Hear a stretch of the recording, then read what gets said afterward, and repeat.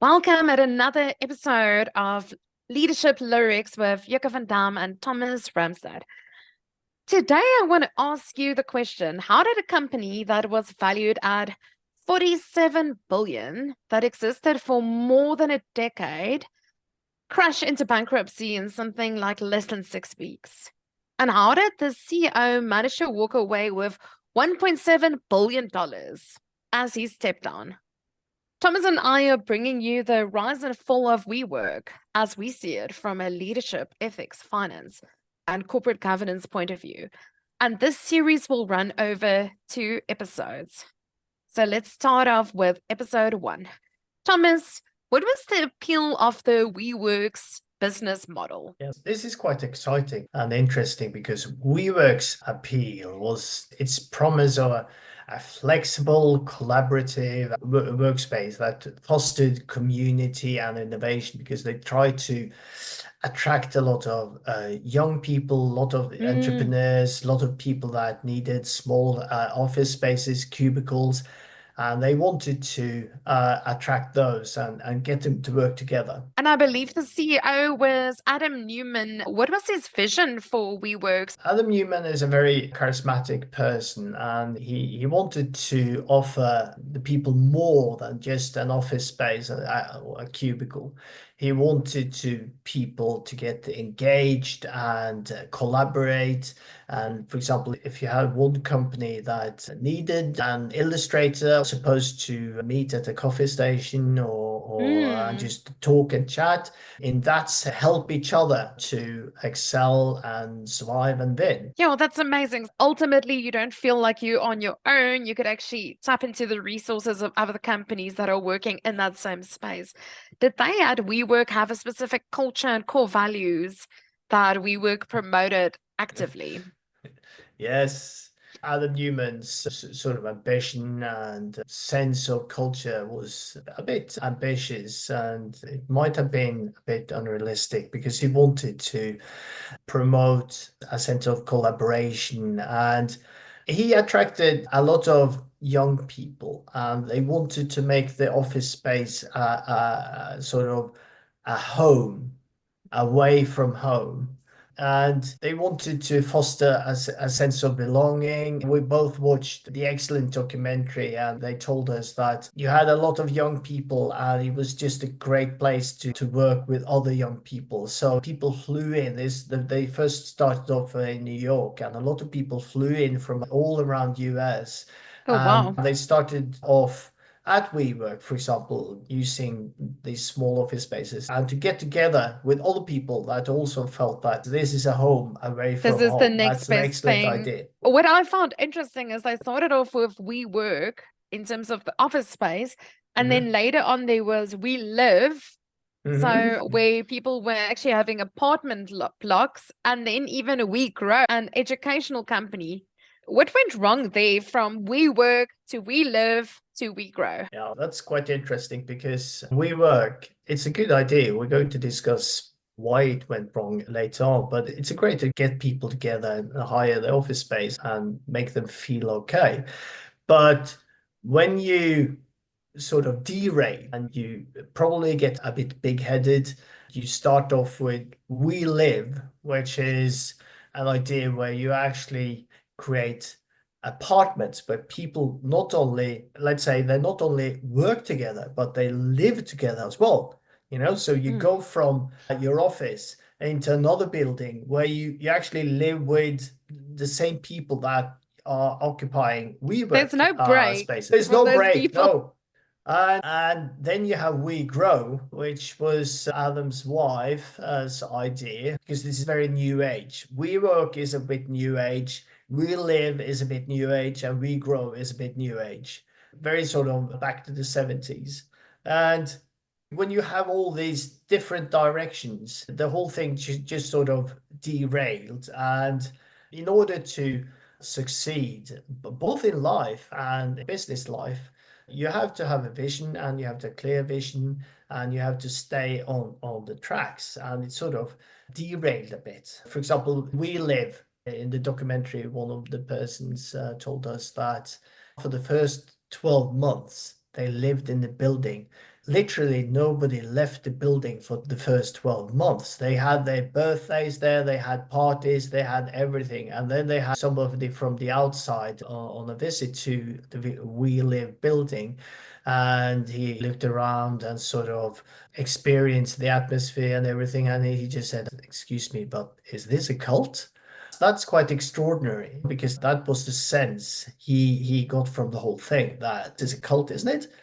And Indoctrination, when all of the paths are merging in together, it's quite so scary in some it way. is. Did people criticize Adam Neumann's leadership style? Yes, because in the beginning he was very enthusiastic about his ideas and they had been drawing out business plans and everything. But then they started making money.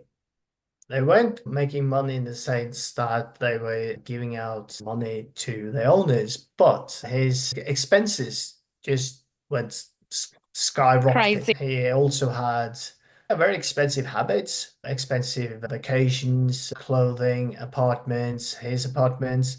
And it was like he behaved like he was a pop star and he had earned the money, being on tours, selling records, selling songs, but he didn't. But he lived a life like a sort of pop star, cult-like driven personality. So, It yes. sounds like the male version of Elizabeth Holmes in terms of where Yes, she was wearing all the product, being flown on a private jet, going to these events, living in this mansion, and yet the business was not really making money. true. I heard that there was a bit of a frat culture going around, tons of partying, too much alcohol going around, playing hard, working hard. What was the impact of this frat culture on their culture of the business? One person in the documentary, he said that you have these summer camps. So every summer you gathered all the WeWork employees and all the people that were actually in the company, and they went to the summer camp and they had to listen for a whole day to speeches and Adam, for example, talking about life and what they wanted to do. And it was just going on and on and on. And he said that, okay, I went last year, it was fun, but it didn't give me that much value. Can I skip this year? And he was just told that you can't. It's mandatory. You have to come. It's a thing. Everybody does it. So it was a bit sort of, a frat boy-like environment. It's quite interesting to see how it sort of the whole thing evolved and collapsed. So those summer camps originally sounded like it was fun. They were having fun, but later on it sounded more like propaganda. Was there a bit of a fear-based culture going on similar to Elizabeth Holmes, or was he a very likable boss? In the beginning, it was friendly and likable, but later on, he was using some scary tactics. People, for example, said that occasions he would say something like, I can fire you all. You're not performing well. I can do it. I can do it myself. It doesn't build rapport, does it? It doesn't build credibility and it doesn't strengthen your employees. So it is a bit manipulative and Mm. it doesn't make people feel well. We talked about the summer camps earlier. It wasn't always summer in these camps. They were forced to sit 8 hours in the mud, That's freezing, and horrible. it's just a monologue of Mm. new age propaganda. So, yes, it doesn't Someone sound good. called it on another podcast yoga babble.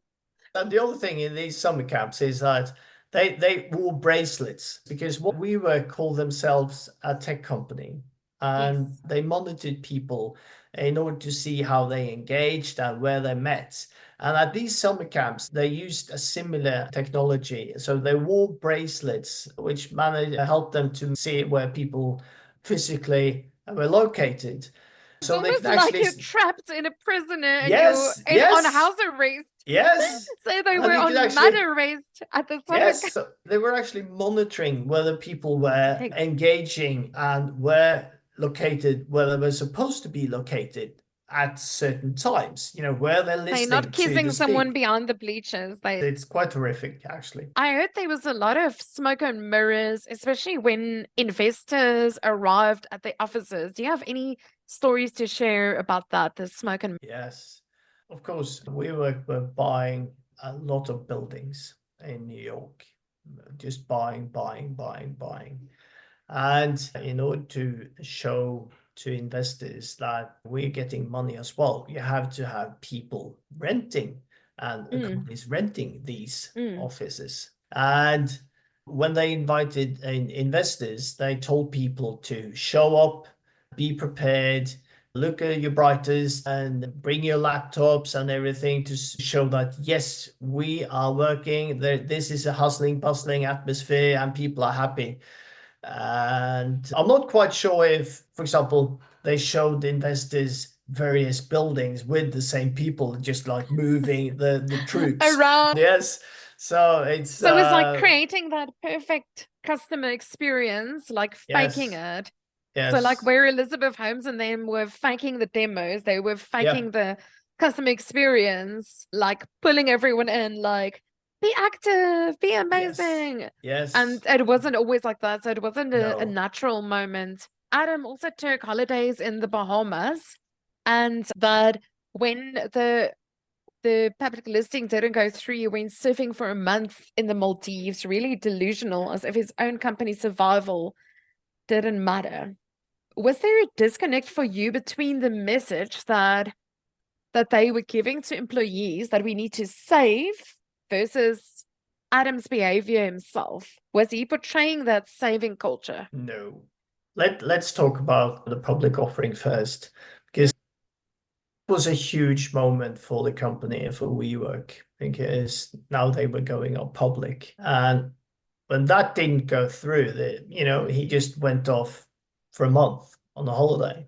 This is a very critical period for the company. And he just went off grid, get Ran hold of. away. Yes, Mm, like he ran away. They couldn't get hold of him. They didn't even know where he was, you know? sure. And if you have a company and you have a company in distress, you don't leave the helm.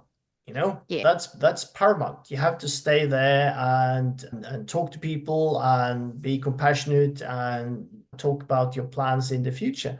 And the other thing is that people were told to accept or are asked politely to accept lower salaries, and yet he was a big spender.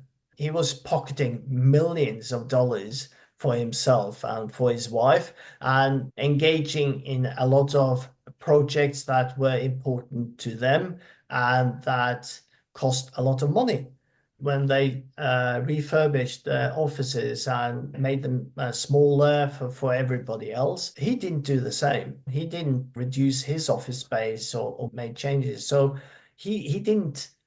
He told everybody else to do something and he did something else himself. So it's quite a few examples of not actually living and being a good example. So a real disconnect between what he was saying and what he was doing. No congruence, no ethical Mhm. follow through, no follow what I do, not what I say. So I Yeah. think for today's episode, we are reaching the end. What we've discussed here today was literally looking at the start of the rise and fall of WeWork, looking at what was their business model like? What was Adam Neumann's original vision? What was their core values and culture? We looked at the disconnect between just going from we work to we live to we grow and having that multiple visions split up. The criticisms of his leadership style, and then later on creating this culture, this frat culture, and the impact on the business of fear-based leadership, the smoke and mirrors when investors arrived, and then specifically the overspending of Adam Neumann versus telling everyone that they need to be savings focused.